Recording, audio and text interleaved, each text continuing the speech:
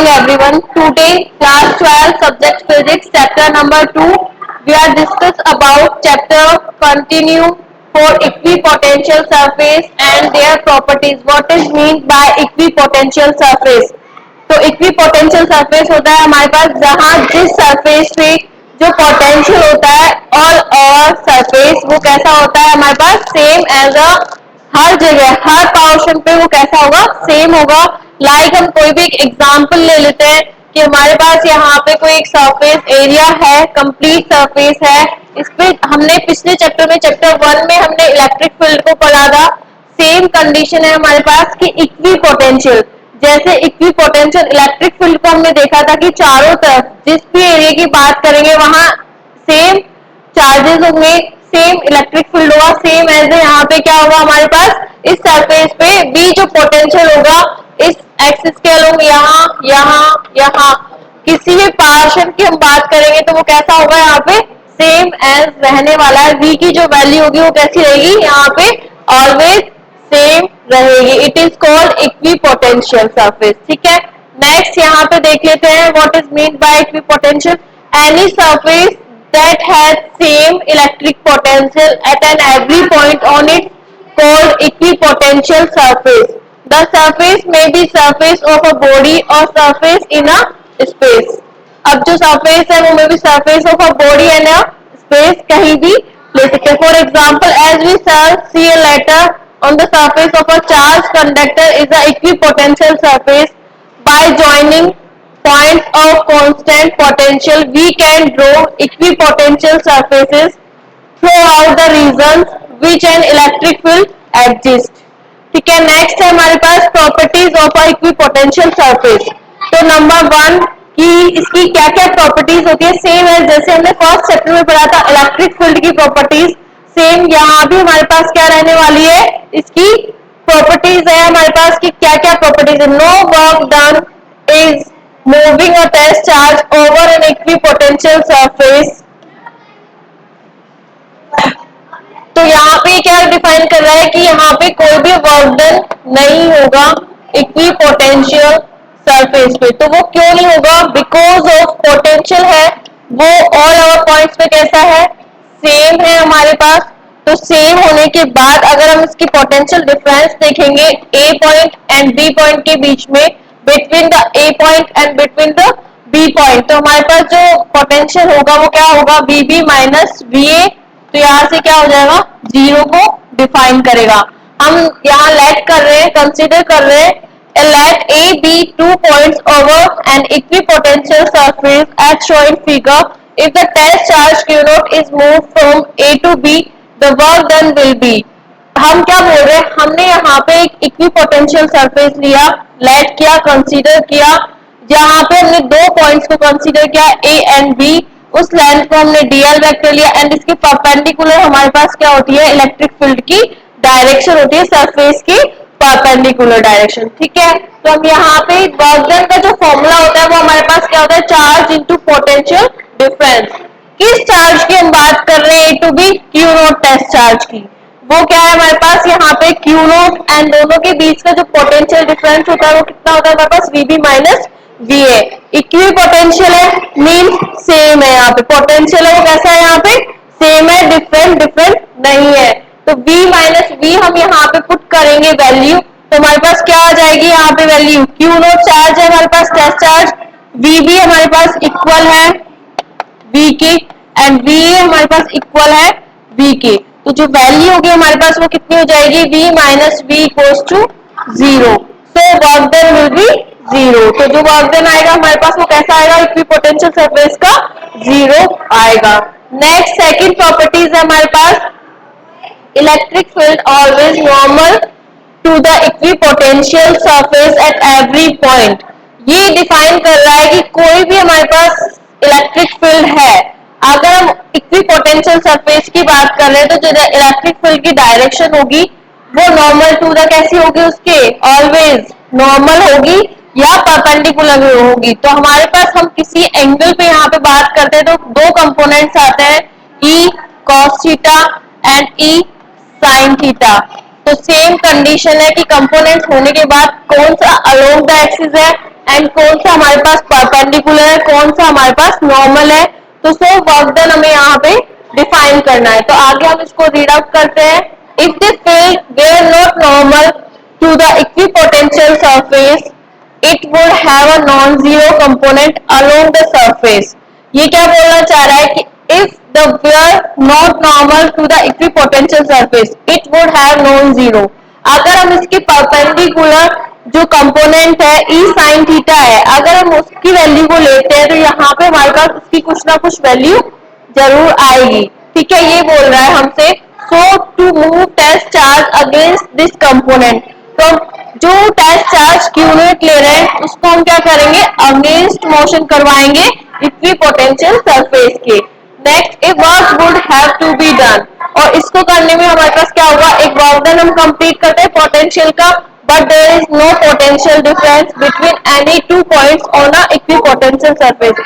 अभी हमने first property पढ़ी है कि इक्विपोटेंशियल सरफेस पे कोई भी पोटेंशियल डिफरेंस नहीं होता है, v इक्वल्स टू क्या होता है, ऑलवेज जीरो होता है। ठीक है, right, and consequently no work is required. तो वर्क डन में हमारे पास क्या डिफाइन हुआ था, जीरो हुआ था to move a test charge on the surface. Hence the electric field must be normal to the equipotential surface at every point. तो हमारे पास जो इक्विपोटेंशियल सरफेस है उस पे ऑलवेज जो लाइन होगी हमारे पास इलेक्ट्रिक फील्ड की, वो कैसी होगी, normal to the equipotential surface. Next and third properties है हमारे पास, equipotential surfaces are closer together in the regions of a stronger field and further apart in the regions of a weak field। Like that, जैसे हमने electric field को देखा था कि जितनी ज्यादा इलेक्ट्रिक फील्ड लाइन हमारे पास क्लोज होगी उतना ही ज्यादा वहां पे क्या देखने को मिलेगा, हमारे पास इलेक्ट्रिक फील्ड ज्यादा देखने को मिलेगा उस रीजन में। एंड अगर जैसे ही हम उनके डिस्टेंस को दूर दूर कर देते हैं तो हमारे पास क्या होता था कि सेम उसमें लेस हो जाता था। सेम कंडीशन है कि अगर हम इक्विपोटेंशियल सरफेसेस को पास पास रखेंगे, क्लोजेस्ट रखेंगे, तो यहाँ पे क्या होगी, इसकी वैल्यू जो रीजन की वैल्यू होगी वो कितना होगा, स्ट्रॉन्ग होगा, मैक्सिमम होगी। एंड हम इनकी इक्विपोटेंशियल सरफेसेस को डिस्टेंस में मेंटेन करके दूर दूर यहाँ पे डिवाइड कर देते हैं, तो हमारे पास क्या होगी, जो वैल्यूज होगी वो क्या होगी, यहाँ पे लेसर होगी इससे। तो जो पॉइंट बनेगा हमारे पास वो कैसा बनेगा, वीक फील्ड का बनेगा। We know that electric field at any point is equal to the negative of potential gradient at that point. ये हम जानते हैं, पीछे नेक्स्ट पहले वाले टॉपिक में हमने इसको पढ़ लिया है, E equals to minus dV by d r. Value हम यहाँ से इसको डिफाइन करेंगे, डी आर हमारे पास तो minus dV by E. For the same change in the value of dV, that is when dv equals to constant, we have dr directly proportional, हम क्या लिख सकते हैं, 1 upon में e। thus the spacing between the equipotential surface will smaller in the regions where the electric field is stronger and vice versa। अब यहाँ पे जो इक्वेशन आई है हमारे पास वो क्या डिफाइन कर रही है, अगर हमारे पास इलेक्ट्रिक फील्ड इंक्रीज होगा तो डिस्टेंस क्या होना चाहिए, डिक्रीजिंग। मतलब इलेक्ट्रिक फील्ड की जो वैल्यू हमें स्ट्रॉन्ग देखनी है तो हमें क्या करना पड़ेगा, जो दो इलेक्ट्रिक फील्ड लाइन्स है उनके बीच के गैप को हमें कम करना पड़ेगा। वैसे ही सेम अगर हम इसके वीकेस्ट पॉइंट को देखेंगे तो हमें डिस्टेंस को क्या करना पड़ेगा, इंक्रीज करना पड़ेगा। डिस्टेंस मोर देन मोर मतलब सबसे ज्यादा वहां पे एक्सट्रीम लेवल पे करेंगे तो हमारे पास इलेक्ट्रिक फील्ड बहुत ही कम आएगा, वीकेस्ट होगा। ठीक है, next property is no two equipotential surfaces can intersect each other. कोई भी इक्विपोटेंशियल जो लाइंस होती है हमारे पास, जैसे सेम एज इलेक्ट्रिक फील्ड की दो इलेक्ट्रिक फील्ड लाइंस हमने ली थी, ये दोनों कभी भी एक साथ इंटरसेक्ट नहीं करती थी बिकॉज ऑफ, हम इनकी डायरेक्शंस की बात करेंगे तो इसकी परपेंडिकुलर लाइन अलग होगी और इसकी परपेंडिकुलर लाइन अलग होगी। तो हम देखेंगे इनकी डायरेक्शंस भी हमारे पास कितनी मिल रही है, टू टाइप्स की डायरेक्शंस मिल रही है। तो सेम एज हमारे पास क्या रहने वाला है कि no two equipotential surface can intersect each other, if they intersect then there will be two values of electric potential at the point of intersection which is impossible। जैसे यहाँ पे इलेक्ट्रिक फील्ड की डायरेक्शन दो होती थी, same as potential की भी हमारे पास वैल्यूज दो होगी जो कि इम्पॉसिबल है। नेक्स्ट है हमारे पास equipotential surfaces of various charge system. अब हम अगर इक्विपोटेंशियल सरफेसेस को देखें, वेरियस चार्ज सिस्टम्स की बात करने के बाद की अलग अलग चार्ज पॉइंट्स की बात करेंगे, तो जो वैल्यू होगी हमारे पास वो क्या होगी, वो देखते हैं एक बार। अब पॉइंट चार्ज के लिए 2 point charge plus Q and minus Q, तो दोनों के लिए अब पॉइंट चार्ज की जब हम वैल्यू देखेंगे तो हमारे पास जो इक्वेशन आएगी वो क्या आएगी, separated by a small distance 2 point charge plus Q and plus Q separated by a small distance a uniform electric field. Dipole की बात कर रहा है कि plus Q and minus Q, जिसके सेपरेट कर रहे हैं 2 स्मॉल पॉइंट से। अब पॉइंट चार्ज 1 चार्ज की बात कर रहा है। नेक्स्ट है 2 पॉइंट चार्जेस की plus Q and plus Q की बात कर रहा है। देन यहाँ पे इक्विपोटेंशियल सरफेस को डिफाइन करना है। तो फर्स्टली हम देखते हैं कि equipotential surface of various charge system क्या डिफाइन करना चाह रहा है। For the various charge system we represent equipotential surfaces by dashed curve and lines of the force by full line curves between any two adjacent equipotential surface, we assume a constant potential difference। तो first है हमारे पास equipotential surface of a positive point charge. First हम किस पे देख रहे हैं, equipotential surface for a positive point charge. तो पता है कि जो इलेक्ट्रिक फील्ड की डायरेक्शन होती है वो कहाँ होती है, आउटवर्ड डायरेक्शन पॉजिटिव के लिए। अगर नेगेटिव की बात करेंगे तो वो कहाँ होगी हमारे पास, इनवर्ड डायरेक्शन, राइट। तो हम यहाँ पे देखिए पॉइंट चार्ज की बात कर रहे हैं, मीन्स क्योंकि हम बात कर रहे हैं ओनली फॉर, तो हम जो फॉर्मूला होगा पोटेंशियल का वो क्या होता है हमारे पास, V equals to 1/4πε0 by R. And किस चार्ज को रख रहे हैं हम यहाँ पे, Q को डिफाइन कर रहे हैं। This show that V potential is a constant, R is a constant, thus the equipotential surface of a single point of charge are concentrating।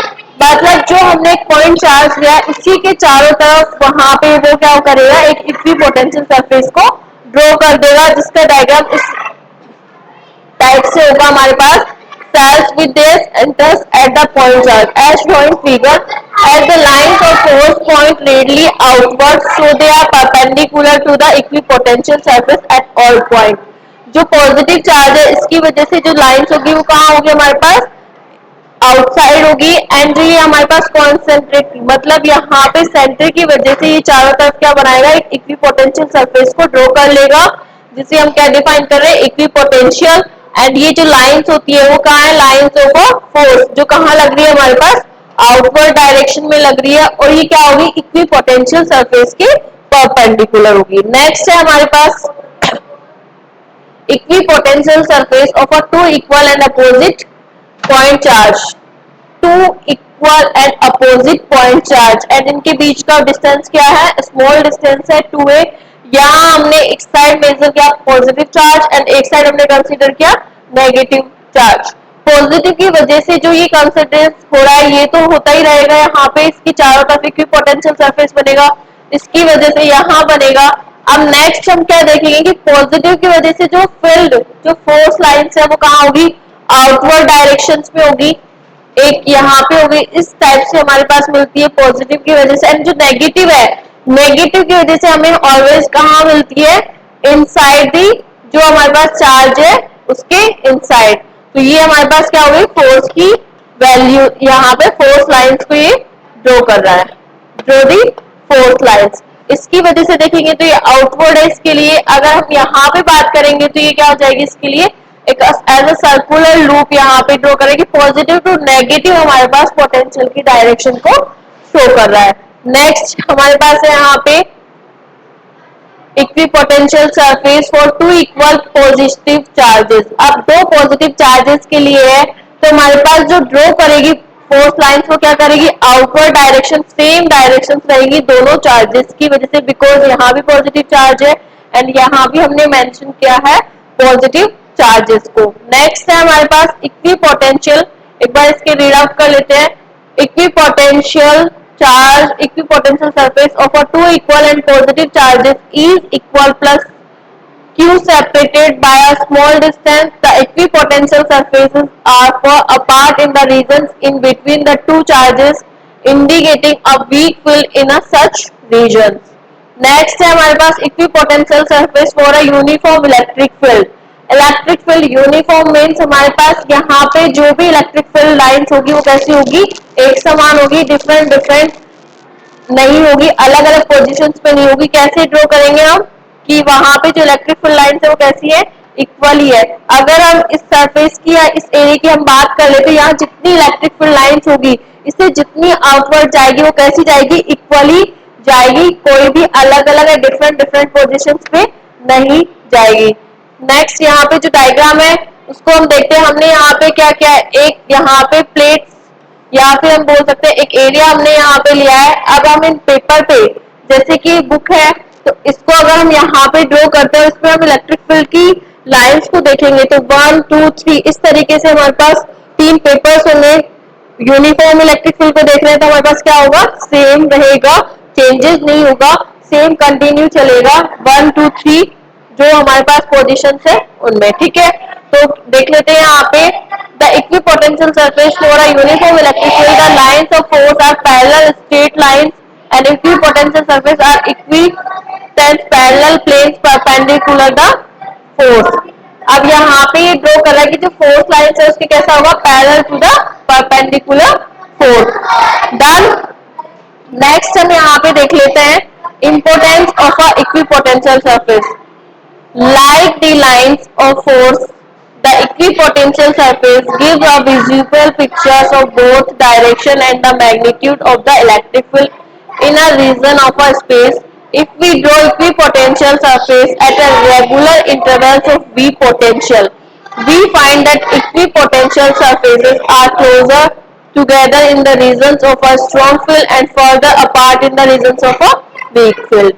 Moreover, E vector is a normal to the equipotential surface at every point. E vector always कैसा रहेगा, equipotential surface पे normal value में ही draw करेंगे। Next हमारे पास topic है electric potential energy, electric potential energy. What is meant by electric potential energy? It is the energy possessed by a system of charges by virtue of their position. When two like charges lie in finite distance apart, their potential energy is zero because no work has to be done. No work has to be done. So, moving one charge at infinite distance from the other, but when they are brought closer to one another, work has to be done against the force of repulsion. As electrostatic force is a conservative force, this work gets stored as the potential energy of a two charges.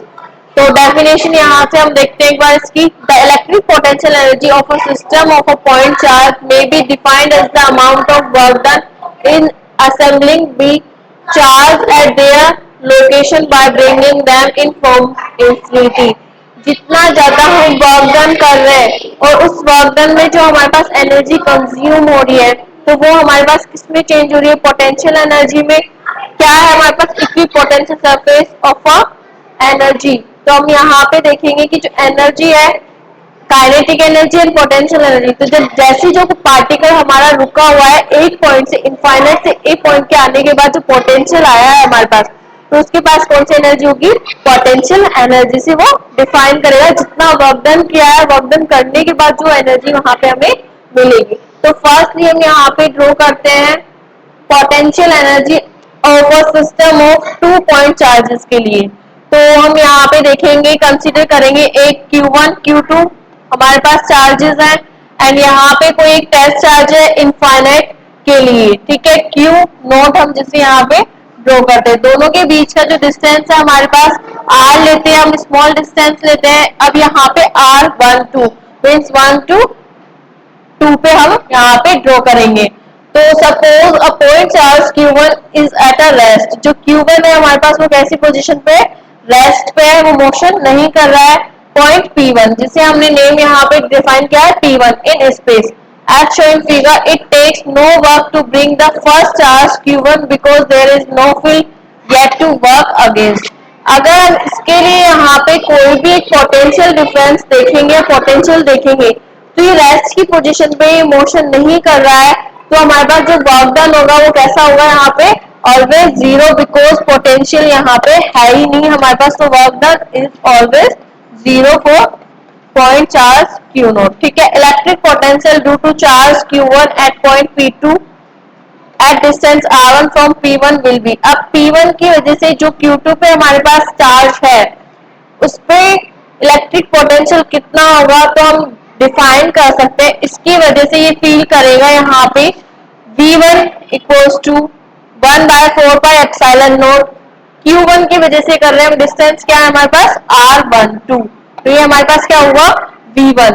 If charge Q2 is moved in from infinity two point P2 the work required is, तो हमारे पास जो work required होगा, अगर हमारे पास जो Q2 charge है Q नोट है, अगर वो Q2 चार्ज के पास आ रहा है या फिर Q2 है Q नोट के पास जा रहा है, तो जो वर्क डन होगा हमारे पास वो क्या डिफाइन करेगा W2 पोटेंशियल इनटू चार्ज। तो चार्ज हमारे पास कितना है Q1 Q2, टोटल निकालेंगे तो पोटेंशियल कितना है V1 इनटू चार्ज कितना है हमारे पास Q2, तो V1 की जो वैल्यू है 1/4πε0 Q1 बाय R12 एंड यहाँ पे चार्ज कितना है Q2। तो हमारे पास इक्वेशन ऑफ ये वर्क डन क्या आ जाएगी, as the work done is store as the potential energy U।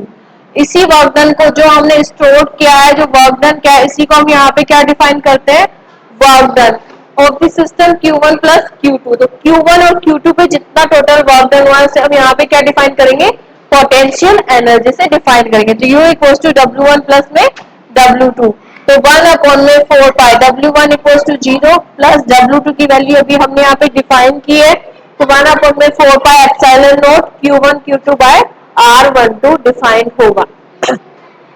ये हो गया हमारे पास 2 पॉइंट चार्जेस के लिए हो गया। अगर कोई थर्ड टेस्ट चार्ज हमारे पास इंफिनिटी पे है तो potential and potential energy and work done क्या होगा वो हमने यहाँ पे एक्सप्लेन किया है। नेक्स्ट है हमारे पास potential energy of a system 3 point charges के लिए। अभी हमने 2 पॉइंट चार्जेस के लिए रीड आउट किया था, अब है हमारे पास 3 पॉइंट चार्जेस के लिए Q1 P1 point, Q2 P2 point and Q3 P3 point.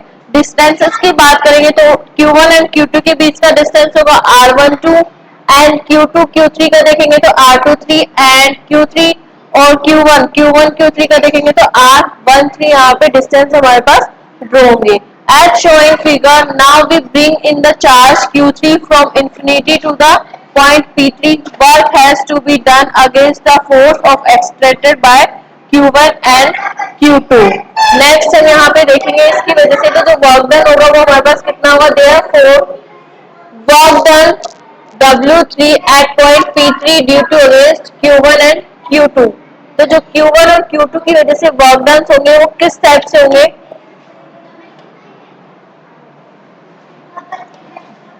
एक बार इसको हम यहाँ पे देख लेते हैं। हमने क्या बोला है कि Q1 और Q2 की वजह से हमारे पास जो फोर्सेस है पोटेंशियल है Q2 V R2 vector and Q1 V R1 vector, Q1 from infinite Q2 from infinite. Then potential हमारे पास होगा वो क्या होगा, दोनों की वजह से 1/4πε0 Q1 Q2 by R1 source charge of E vector. Work that in bringing Q2 from infinity to R2 against the, तो हमारे पास जो एक्सटर्नल इलेक्ट्रिक फील्ड होगा वो कितना होगा Q2 V R2 डिस्टेंस हम ले रहे हैं, work done of Q2 against for the extracted bye Q1।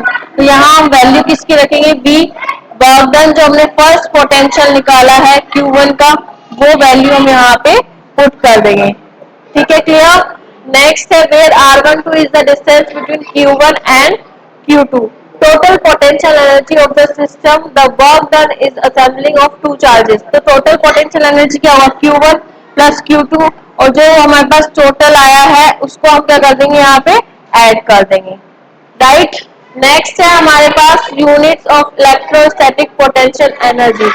Suppose an electron Q equals to 1.6 into 10 to the power minus 19 coulomb is moved through a potential difference of 1 volt, then the change in its potential energy would be del U equals to Q dash V।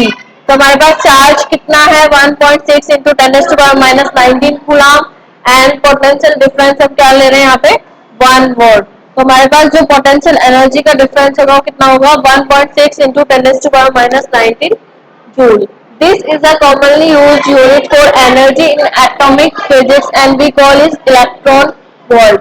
जिसे हम क्या define करते हैं electro volt से हम यहाँ पे define करते हैं. Thus electron volt is the potential energy gained or lost an electron in moving through a potential difference 1 volt. 1 electrovolt equals to 1.6 into 10⁻⁻19 joule यहाँ पे हमें डिफाइन करता है.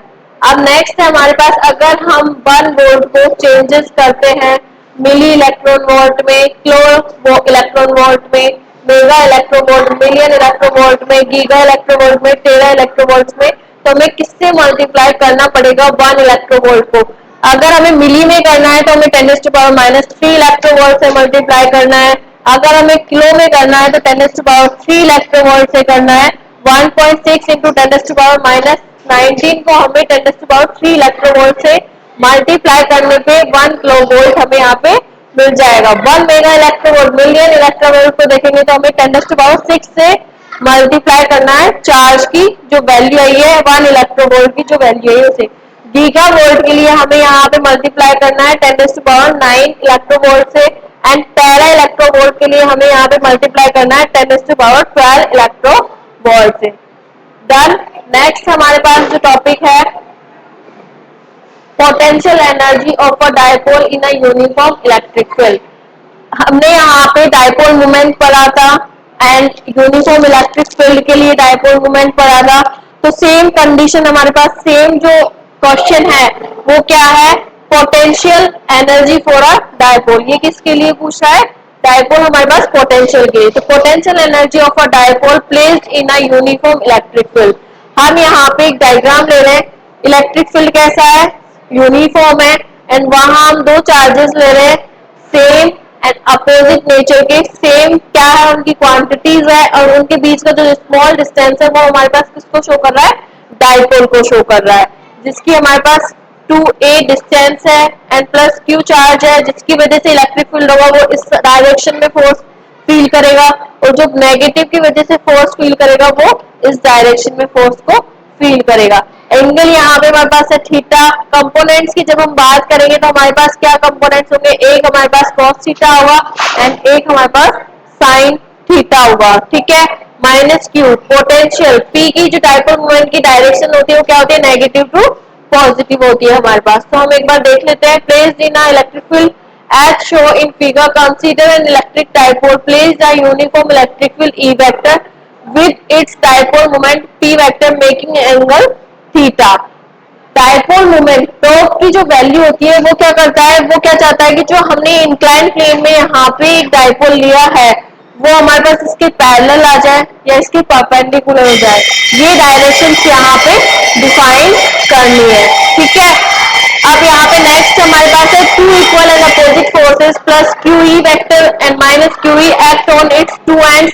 The two forces form a couple. The torque exerted by a couple will be torque की जो value होती है वो हमारे पास क्या होती है QE इंटू में P इंटू में 2A. मास हमारे पास जो कंपोनेंट्स यूज हो रहा है और जो P की वैल्यू है डायपोल्स की जो वैल्यू है फोर्सेस की वो यहाँ पे डिफाइन करते हैं. टॉर्क हमें क्या समझाता है किसी भी चीज को रोटेट करने के लिए. Thank you. नेक्स्ट हम